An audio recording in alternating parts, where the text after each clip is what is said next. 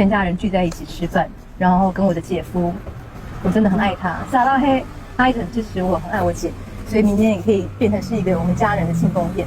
欧巴有讯息吗？欧巴有讯息我，他说你今天很美，他说good job。所以欧巴现在还是每天都会去看姐姐，每天。10月17日，小 S 复出金钟奖，并拿到综艺节目主持人奖。她不愧是话题女王，霸占了一整晚的热搜。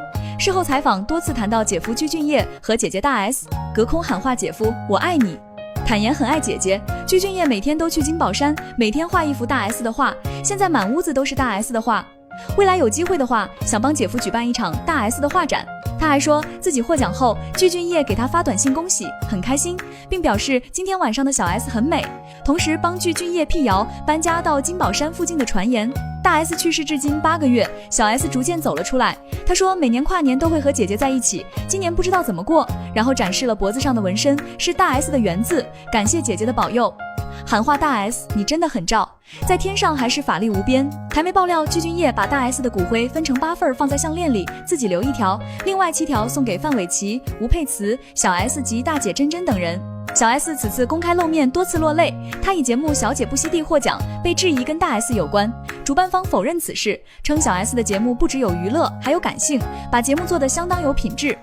医生，你刚刚听到这2个女生的对话，有任何想要提醒我们的事吗？既然我是做心理的，那我想提醒一点看到的一些东西哈。好，那我看到大 S， 然后呢，她其实是一个非常自律的一个人，对自己其实蛮严苛的。从乐观上来讲的话，那她这种严苛会让我们变得越来越好。她想达到的目的，她都能达到。但是从悲观讲的话，那就是可能会有点过于完美主义，那就会比较容易敏感、多疑、自我中心，什么事儿准备好才做，然后容易走极端。讲的一点都没错。徐亚军啊，他有一次啊，有些还是不太正确。我觉得苏医生讲之前，其实大 S 自己都有跟我讲过这些。对啊，他知道这些事我本来就是个极端人物啊。对，所以往好的地方发展的话，那其实我们可以过于的在意一下我们自律的那方面，只是把目标变得特别清晰，变成一个有追求主义的这样一个样子。你的意思说不要太广泛的对自己过于严苛是吗？对，不要太广泛，抓不到重点嘛。所以我们把80%的精力都放到20%的事情上面，那就会变得更好呀。OK， 谢谢你。所以大 S 他讲的这事情，你最近有做吗？你有把你的严苛对自己的自律放在哪个重点上吗？你最在乎的一件事？最近就是在减肥啊。你刚刚说他愿意来，就表示他已经 OK 了。就是以我们姐妹的眼光来看，我觉得她今天就是很漂亮啊。是啊，很漂亮啊。就是但是跟那个没有生小孩比起来，就是真的不一样。你要回去那个时候。我想要变回那个没有生过小孩的身体。就是肥胖会让我没有自信，然后就会工作量减少，然后你就会觉得你很多事情就卡住啊。他为什么不当专业的妈妈？因为还要养家活口。对啊，还要养家活口啊。你妈质量真的很大。她最近拍杂志封面超美啊。对，因为她还没有用超美来形容我拍过任何一本杂志封面。她那天竟然在机场，我们同一班机，她这样走很快过来说：“你姐最近拍那个杂志封面超美。”然后就走了。真的超美，然后你最近拍的杂志封面真的还好。我明明拍的封面我还走音。我拍的封面都被票选是什么第几名美的？第几名？有吗？第6。但我拍的数量绝对是比林志玲多。他的名次是不是比你高？他好像没有进那个榜，因为他拍的杂志数量太少。我拍的杂志数量也比较少啊，但是名次很高。你们两个趁林志玲不在这样讲好吗？有点风度好不好？好，我们今天的5位专家等一下要告诉我们的是你们的狂买的故事，然后这个故事当中会透露出来你们某一个程度上是有偏执的部分。我们的5位专家，你们在开始讲自己购物狂方面偏执的故事之前，麻烦你们做件事情，就是为我们的新阳美容 APP 造个句子，请你用心痒一下这4个字开始，然后下面加一个句子，请开始。这很简单啊，心痒一下，眼睛变大。心痒一下，聊天不尬；心痒一下，出道不怕；心痒一下，身材火辣；心痒一下，收紧下巴。什么意思？好像有压力啊！好，谢谢各位，谢谢你们。本节目由让你发量蓬蓬的袋鼠发膜联合冠名播出。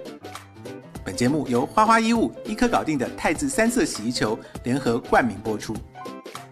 懂你才会更爱你。本节目由百度 AI 代屏智能音箱小度在家特约赞助播出。天猫小黑盒新品优选，心意之选。本节目由天天让你开心的天猫小黑盒独家互动支持。下载新氧 APP 看明星变美的秘密。本节目由3000万美容达人口碑推荐的新氧 APP 赞助播出。本节目由2400万 AI 摄影会变色更潮美的荣耀石赞助播出。内有料，外美爆，性感我制造。本节目由生而性感的曼妮芬品牌赞助播出。信用卡还款用卡牛。本节目由卡牛 APP 赞助播出。换新生想前行，驾驭越级生活。本节目由一汽大众全新一代宝来赞助播出。各位好，我是东东游志东。作为主持人呢，服装的洁净和得体是很重要的问题，所以在这里呢，要推荐大家使用汰渍3色洗衣球，1颗可以攻克你所有的洗衣难题，洁净、护衣、护色全搞定，压力去无踪。汰渍3色洗衣球，你贴心的衣物管家，快来 pick 吧！大家好，我是赵一欢，我喜欢不断挑战，更新自我。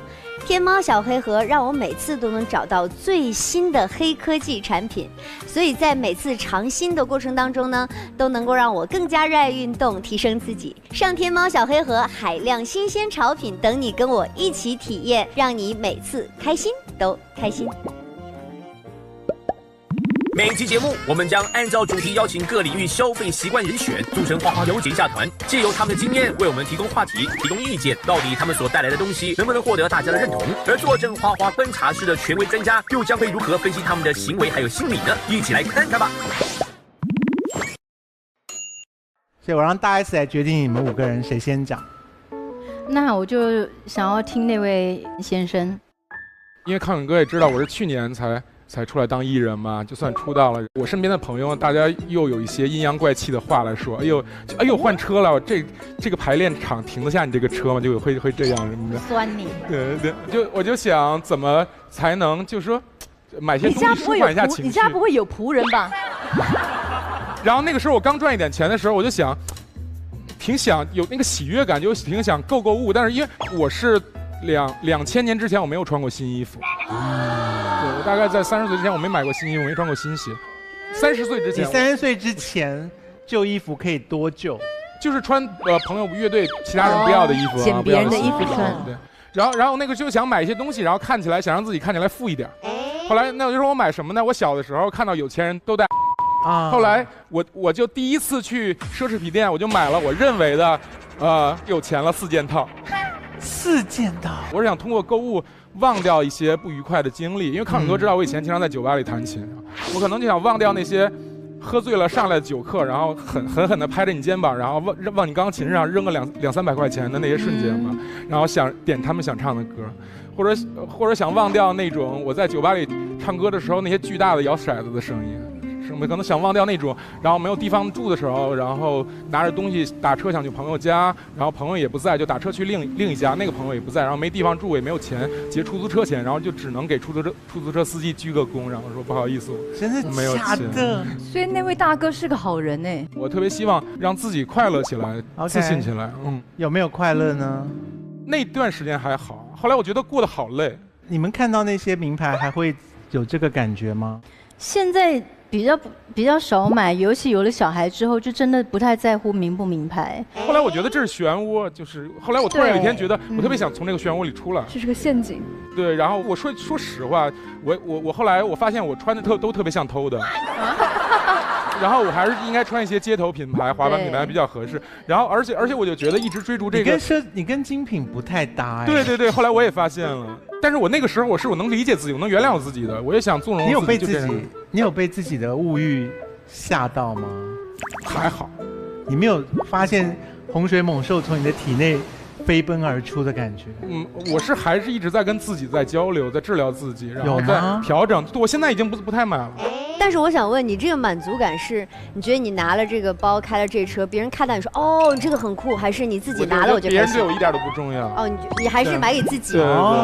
但是我这个过程也就半年吧，我觉得在我这个年龄穷了30多岁，然后有半年疯一下还好吧？对，也是。所以苏医生，这个所谓报复性的购物这件事情是会自己 OK 的吗？其实我想说的是什么呢？就是你的自尊是建立在外在的，你的治愈已经完成一半了。其实，在建立更多的符合自己个性的、符合自己想要的、内心真正想要的一些东西，在自己内在的时候呢，那你就会变得更加强大。我已经早没有那么执着了。他说的有点过于认真了，我就想真诚一点。大 S， 下一位你要找谁？下一位我想听听那位女生。就其他女生都很爱买化妆品，但是我是很爱买蜡烛，就完全不挑，只要碰到我就买。家里面有一个整个房间全部都是用来放蜡烛的，只要是蜡烛你就买。对。那你家里会点很多蜡烛吗？像庙里面？不会，只有一个蜡烛是点的，其实其他的所有蜡烛都不点。我今天带过来了一个，但是后面还有很多个。它是我买的第一个蜡烛，我那时候也是，其实跟他有点像，刚来北京，住的房子比较的小，生活的没有什么感觉质量啊，幸福感。那我后来就是看电视上面那个明星旁边真的有这个品牌的一个蜡烛，我真的专门冲到三里屯就去看他们的这个所有的蜡烛，闻到这味道，我觉得太好闻了，它可以让人放松下来。我说真的，借我们闻，你们两个闻一下。其实我后来再碰到它的所有的，我全买下来了。你的迷魂香吧，太放松了，是不是？真的很放松，他整个人瘫倒。很好闻啊，没有了吗？我也要闻，没有到我必须非买不可的程度。真的吗？所以你当时冲去买的时候，买这个蜡烛的费用跟你的生活费用相符合吗？不相符。好，我们让他展示一下他精心挑选的蜡烛。好，来，请进场。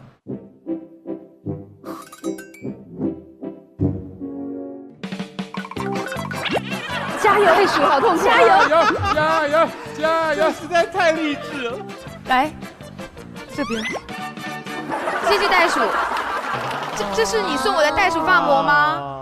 袋鼠发膜你们都有用吗？哎，袋鼠发膜我知道这个，它可以让你发量蓬蓬。大 S 姐，我推荐你也用一下，它可以呵护你的头发。对，我也一直有用它。你们总算不辜负袋鼠先生辛苦的完成。他飘走，哎，他的眼神很无奈，你知道吧？没有方向。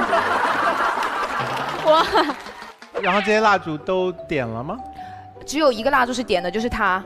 就他是点的，那其他买来是不点的，就是基本上都是放着看的。因为他想要讲一个励志故事，可他现在这故事已经不励志，那我们要怎么理解这些蜡烛呢？就不要听他讲那个故事。蜡烛就是可以，就是让你想起那些场景。但我有一个问题，就是其实我买这些东西其实可以卖掉的，比如说我100块钱买的，我可能能够60、70块钱把它卖掉，是吧？但是你的蜡烛是没法卖掉的。我从来没想过卖，为什么要卖？如果我的意思是说，它就是还能再卖给别人。我觉得蜡烛可能可以卖，就是那些东西还能用啊，能拿到马路上，拿到什么装上东西，它这个怎么走在大街上？有谁来买我的火柴？你能放在家里面啊，放在家里面点了会香香的，其实蛮舒服的。对啊。然后我们就是家里面是香香的，那我们出去身上也一定要是香香的，所以衣服香水用当泥，持久留香万人迷。有押韵。OK。那我觉得我运动也可以用，运动后弄在身上应该也很好闻。对，衣服会很香。所以这个是假的报复性消费，因为你没有什么事要报复的啊。没有什么要报复。所以苏医生他想要硬凑一个温暖故事，结果没有，对吧？我们看到你其实是一种情绪性的购买，其实很多人都这样的，你只是比较严重一点而已。我没有情绪性，我想过了，我就是要买它，这就是情绪性购买啊。那其实这里的话，咱们看到这说明什么呢？说明永远活在16岁，用的是青少年的思维方式。其实呢，你是一种听觉型的人，然后也比较自恋啊。那这个的话，那说点好听的，就是说天生容易当明星。对，那说的不好听的一点，严重之后呢，自恋严重之后容易出现精神分裂。这也太严重了吧！当然这个还得看遗传哈。如果你去了他家，去了雨润家，看到这批蜡烛陈列在架子上，我看都不会再多看一眼，然后也不会问，你不会崇拜说哇好多名牌蜡烛？不是，因为我会理解他那是他的收藏，可是因为蜡烛没有什么好玩的。如果有人收集的东西是比如说那个乐高啊、玩具啊，或是有人收集拼图，你还可以玩2下。可是蜡烛就摆在那边就摆着啊。你也是。我以前收集过蜡烛。你干嘛在旁边没装没事啊？可是我收集蜡烛，我是真的点它，然后有一次点了之后我就睡了，然后隔天起来的时候发现他们那个蜡全部都从那个漂亮的那个瓶子里面这样画出来，然后我就想说，我有可能会因为这个蜡烛而死。对啊，不止我死，还全家都被我害死，整栋楼都有可能被你烧了。对啊，所以我就立刻当下就把那些蜡烛全部都收起来。我那天很意外的遭遇了一次停电，我就把我家所有的这种熏香蜡烛全部都找出来，铺满了这一桌，每一个都点起来，然后只有一个老派的那种葬礼上用的白蜡烛，一个人发出的光抵过剩下所有一些发出来的光，那些蜡烛不会发光，他们只是为了香啊。它被封在那个里面，根本不会亮。可是他们是能够唤起你的记忆的，那就唤起我停电的记忆而已。好，它就是你的收集品就对了啦。好，于润讲完了，然后没有打动我们。那大 S 下一个妈妈啊，我不是妈妈。你只是结婚而已是吗？对，我看起来很像妈妈吧？太太，人妻。对，我就听他们讲完之后，我觉得我的东西真的太廉价了。没关系，就是又很廉价，体积又很大，然后都装不到这个里面，所以麻烦道具老师上一下好吗？咖啡机吗？豆浆机吗？面条机，它是做面条的一个机器。做出来的是意大利面还是中式的面？中式，它有很多模具。就它有的出来是有细的有宽的，然后有圆的有扁的，还有那种很长的饺子皮，还有那种意大利面的那种。这么多选择？对啊。那你用了吗？用过一次。一次？我用过一次，后面现在是我公公婆婆在用，然后他们就很开心。这一个机器能做出那么多种类的面？对，它有很多模具。我现在好像电视购物啊。真的。对，它这个地方会有很多模具。所以你有在疯狂收集做面机吗？没有，我家有很多这样的厨房小家电。所以这个故事是关于什么？就是我是做编剧的嘛，然后我们工作就特别辛苦，我跟我老公回家就已经2、3点钟了，然后就经常吃饭就会在外面吃外卖啊，然后就点一些东西吃，所以说就会觉得在家吃一顿饭是很珍贵的一件事情。所以说每次回来之后就是晚上啊2、3点，然后一个空空的家里，没有生活气息的感觉。所以我就会觉得，对于这种有烟火气的东西，我会有一种温暖的感觉。所以我觉得，其实把它们买回来，我家还有很多厨房小家电，就是什么豆浆机啦、榨汁机啦，然后做饼的机器啊。如果是擀面棍加上煮面的锅，看起来才有烟火气啊。这个插了电，你怎么会觉得有烟火气？好冰冷哦，这个我们肯定是没有时间擀面了。对，但是你会觉得比在外面买那些挂面啊什么的会。像家里的感觉多一点，真的。可是你只做了一次，对，但是后面就交给他们做了。所以你的厨房现在充满了各式各样的，对，很多小家电。那这样方便吗？其实很多东西买回来不会再用很多次，但是你买的时候都会觉得有一种想象，会觉得它会带给我很多的东西。所以你的偏执面是在于营造不存在的家庭气氛，应该是吧？他俩根本没有时间做饭呀，他俩现在。所以你买来也是不用吗？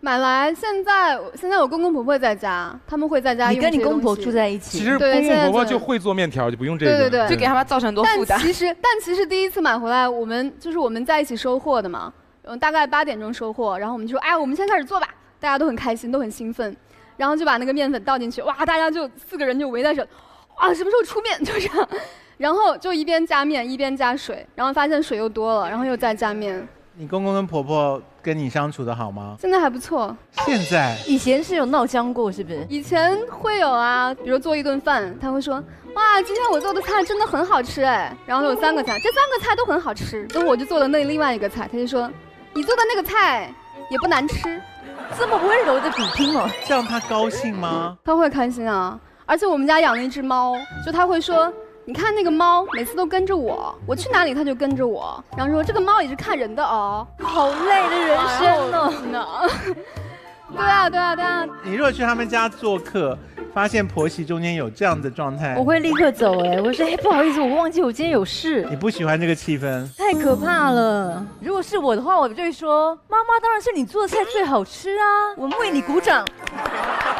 但是这样听起来很讽刺。对你做的要更戏剧化。你吃了一口你自己做的菜之后，你就把盘子摔，就说我以后再也没有脸在你面前做菜了，然后你就一辈子都不用做菜。对呀，我婆婆都会跟我讲说，哎，3个女儿都喜欢吃我做的那个荷包蛋饭啦，你下次要不要来学一下？不然妈妈很累哎。然后我就跟她说，妈妈怎么做啊？她说要加酱油，还有加那个红糖哈，然后把那个蛋让饭拌在一起。然后我就故意都是弄得很烂，然后就给我女儿吃。然后我女儿一吃就说，为什么不是像阿嬷做的那么好吃？我说那是一定的啊，阿嬷做的菜是最好吃的。妈妈，你有没有听到？孩子们都说你做的菜是最好吃的，你要我怎么做啊？从此以后就他们只要说妈妈饿，我就说去找阿嬷，阿嬷是最会做菜的阿嬷。许妈妈，我会把这一段寄到你的那个信箱去。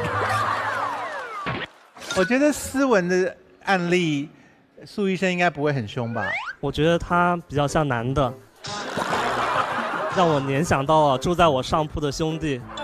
他的思维特别的理性化，他是用一种功能性的方式去购买，但这个的话就有点不太好，就是容易是一种伪理性的状态。他不像菲菲一样的，他是有一个人生的大规划、大目标。那医生，您刚才说不像我一样，那意思是我还行吗？还是也不行啊？你曾经不太好，正在好的过程当中。不是，我不太同意他的这种，我觉得自己挣的钱就是自己想怎么花就怎么花呗。我同意自己挣的钱就自己花，可是他不断的买家电，无法经营家庭生活这个事情，还不如看清楚他的生活气氛，就不是要走这种在家里面煮3餐的路线呢。对，您说特别的，就像买健身房的券一样，就是我买的是一刻觉得自己特别健康。你就买，也不会有人批评你，只不过是婆婆看着越来越多了，她应该就想说，媳妇就都不用，就买了以后就以为自己会做菜。他也不会讲我吧，因为我不花他的钱。你跟婆婆真的很较劲儿。没有，还好。觉得大家的婆婆是不是都很坚强？就看你们在节目中这样胡说八道都不会生气吗？你们是不打算再见婆婆了吗？我婆婆很习惯啊，经历这么多年，她应该已经知道了。好 ，S 下一个，东东。哎呀，导演跟我说我的这个物品展示出来，4姐可能会发飙。为什么？试试看，我们。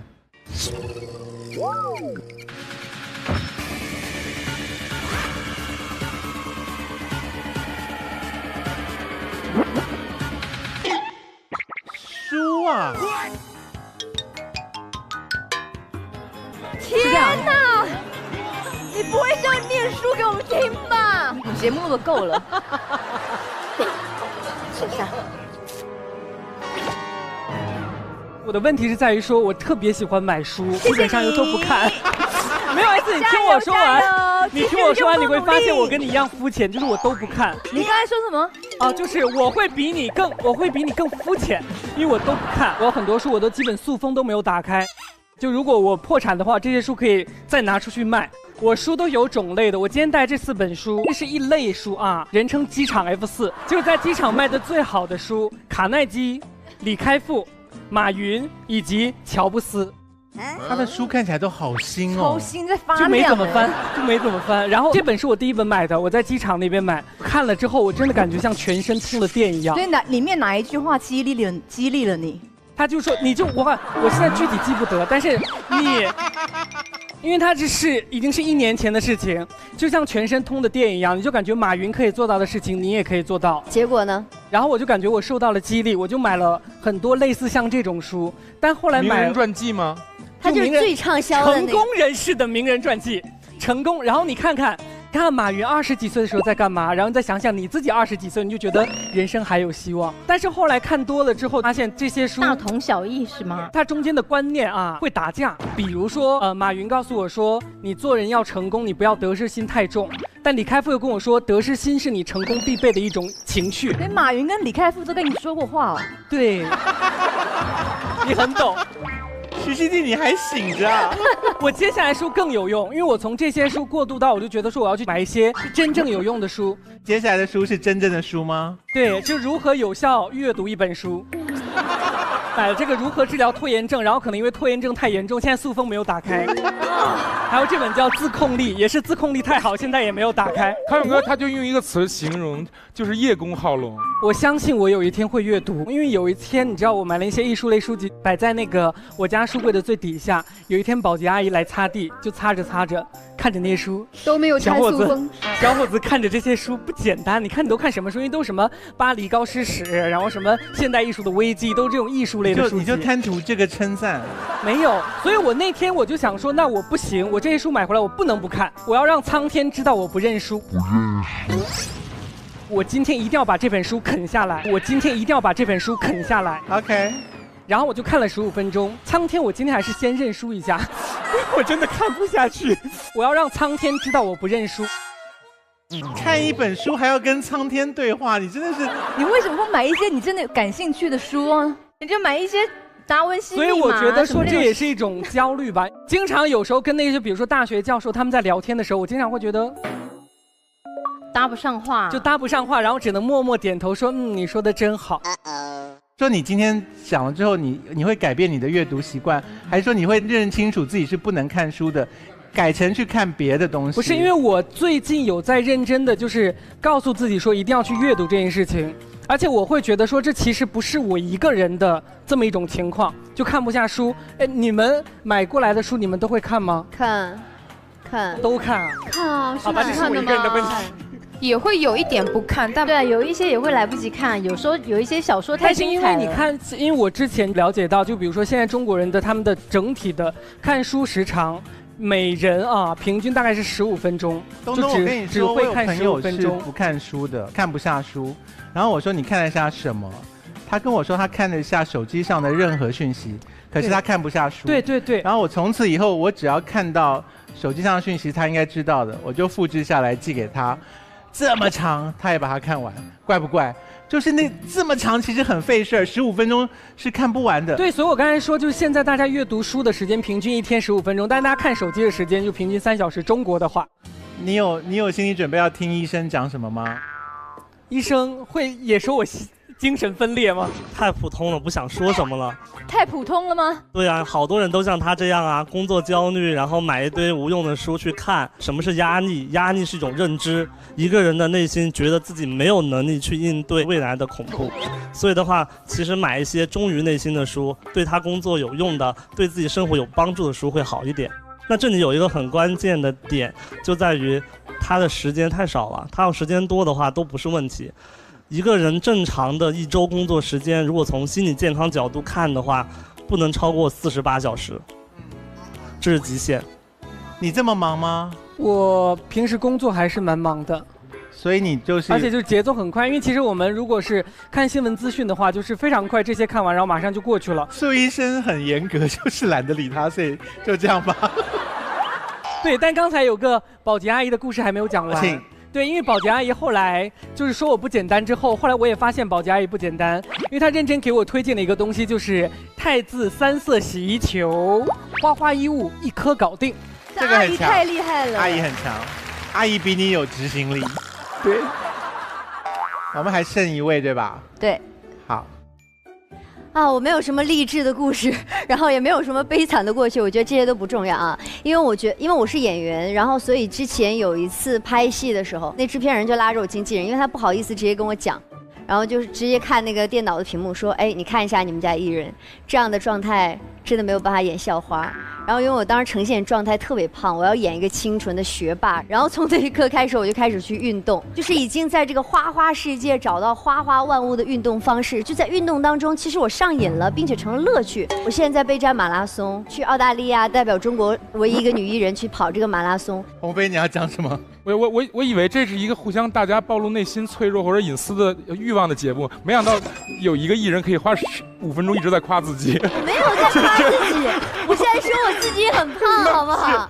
那我也可以讲成功史啊！我早知道我没有成功史，我很愿意把这些东西分享给大家，所以我今天分享这个就是一个20分钟能达到6个小时的运动效果，我觉得是一个很新奇、很好玩的东西，我愿意分享给所有懒癌的女生，所以我就把影片带过来了。我来把影片照出来哈。小杜在哪？我要看个健身操。这是练腹部，啊，全身充满电。这是一个登山。平时我们做卷腹很简单，但是这个就做不起来。是因为你穿那个垫的衣吗？对，它是全身要湿的，然后你只要慢慢的起来，它就会达到事半功倍的这样一个效果。因为我特别喜欢运动，所以运动方面，哪怕是黑科技也好，哪怕是最新的运动器材或者最好玩的东西，我都会去尝试。所以，如果大家想要带你开心、带你飞，就一定要去海量新品潮品的天猫小黑盒。看我还有什么？好，这个我也有，小时候就买了。这个特别有用。这是什么？练手这边的是不是？不，它瘦大腿内侧。对，所以你也有这个。我小时候就买了。你用过吗？用过啊，因为它是手也可以夹，脚也可以夹，然后你肚子对着墙壁这样压也可以。对，它哪里都可以夹。你现在还愿意用吗？我家现在那个东西太多，已经找不到它在哪了。所以请问你的购物癖是发生在健身器材上吗？对，健身器材。哦，我知道那个张鸿飞生气的原因，就是说他的购物狂都发挥在这么正面而健康的。我特别想重新录，因为就是我一直收藏各种古董键盘，然后我特别喜欢练，然后我前年还去纽约学习，然后学习爵士乐进修。你这也是爱攀比的一个表现，所以你没有。